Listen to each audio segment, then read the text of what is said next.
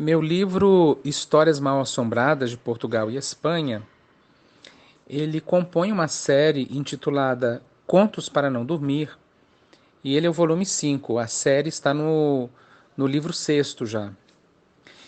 Essa série pode ser lida alternadamente, uma vez que um volume não necessariamente é continuidade do volume anterior. E esse quinto volume, que é o Histórias Mal-Assombradas de Portugal e Espanha, como os outros livros da série, é um romance juvenil.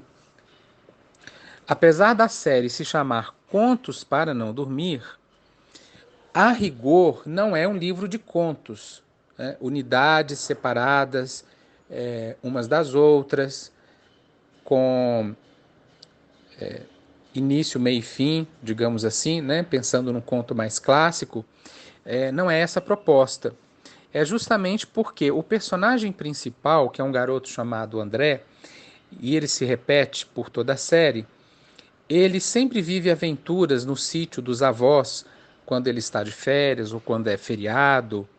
E nessas aventuras ele vive histórias que podem ser, do ponto de vista dele, personagem, histórias reais, como histórias fictícias. Ele não sabe muitas vezes se o que está acontecendo é de fato verdade ou não. E de uma história se desdobra para outra. Então é um emaranhado de histórias. Às vezes muda-se muito a concepção do narrador, isso é intencional, mas esses dois capítulos que têm sido bastante trabalhados nas escolas, que é Entrando no Quarto Misterioso e A Velha de um Olho Só, na verdade não são contos, né? São capítulos que estão entrelaçados dentro do romance. Tanto é que muitos leitores me perguntam: ah, mas qual vai ser o final dessa velha? As crianças elas vão conseguir ser soltas daquele feitiço que as prendeu ao tear no quarto mal assombrado? E isso se resolve, se soluciona no decorrer do romance.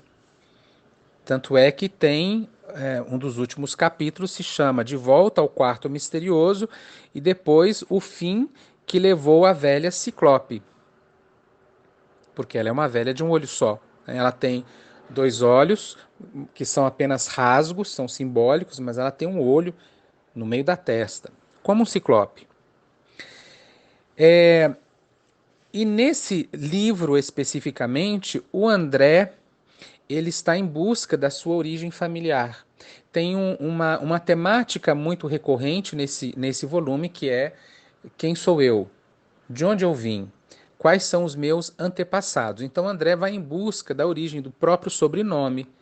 E é por isso que o livro ele se chama Histórias Mal Assombradas de Portugal e Espanha, porque essa série ela é toda constituída com livros cujos títulos têm a palavra Histórias Mal Assombradas e um complemento, né? Tem essa expressão.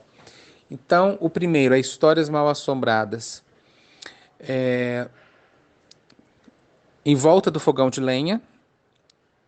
Depois, Histórias Mal Assombradas do tempo da escravidão. Histórias Mal Assombradas de um espírito da floresta. O quarto volume, Histórias Mal Assombradas do Caminho Velho de São Paulo. Aí, este livro atual, que tem sido estudado, que é o Histórias Mal Assombradas de Portugal e Espanha. E depois, o sexto, Histórias Mal Assombradas do Espaço Sideral, que aí tem uma temática de alienígenas. E, curiosamente, à medida que a série avança, os livros vão ficando maiores. Ele a série tem esse objetivo de enganchar um tipo de leitor, e à medida que ele vai se tornando um leitor mais assíduo, mais frequente, mais fluente, os livros vão se tornando também mais densos. Histórias Mal Assombradas de Portugal e Espanha é um livro pelo qual eu tenho um apreço especial, é um dos meus livros que fazem mais sucesso nas escolas, com as crianças e com os adolescentes. Ele foi indicado ao Prêmio Jabuti, ele ganhou o selo altamente recomendável, e é um livro que sempre foi muito adquirido. Então eu gostaria de, com esse breve comentário, apenas elucidar do meu ponto de vista como autor, como é que eu entendo esses dois textos que são trabalhados. Não vejo nenhum problema de que eles sejam considerados contos, mas do meu ponto de vista como autor, eu tenho que dizer que não são contos, não foi essa a intenção. Não é um livro de contos, são romances, né? São 6 romances. E, essa presença marcante da tradição ibérica, né, Portugal e Espanha, ela se vê não só nessa personagem que eu criei, mas em outras personagens que vão aparecer no livro, como, por exemplo, a Dama do Pé de Cabra, que provém de um conto de uma localidade próxima ao Golfo de Biscaia, na Espanha. Tem a ver com o País Basco, e essa história migrou, ela chegou a Portugal. Essa história data do século XI, e no século XIX, Alexandre Herculano, grande contista português, recuperou essa história, e eu também a recupero a partir do imaginário, a partir desse domínio público, dessa história deliciosamente medieval.